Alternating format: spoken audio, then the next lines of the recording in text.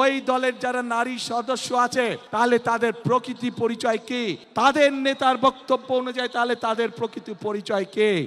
আজকে বাংলাদেশের তাবৎ মা বোনদেরকে বলবো আমি, যারা আপনাদেরকে এইভাবে অপমানিত করে তাদেরকে আপনারা কিভাবে জবাব দেবেন, আজ সেই সিদ্ধান্ত নেবার সময় এসেছে। প্রিয় ভাই বোনেরা, শুধু তাই নয়, চিন্তা করে দেখুন তাদের দলেও কিন্তু নারী কর্মী আছে। আজ তাদের দলের নারী কর্মীতে আমাদের প্রশ্ন, আপনারাও তো ঘর থেকে বের হয়ে দলের কাজে যাচ্ছেন, ঘর থেকে বের হয়ে যে নারী কাজে যায় তাকে আপনাদের নেতা কিসের সাথে তুলনা করেছে চিন্তা করে দেখুন। তাহলে আমাদের প্রশ্ন, ওই দলের যারা নারী সদস্য আছে তাহলে তাদের প্রকৃতি পরিচয় কি, তাদের নেতার বক্তব্য অনুযায়ী তাহলে তাদের প্রকৃতি পরিচয় কি।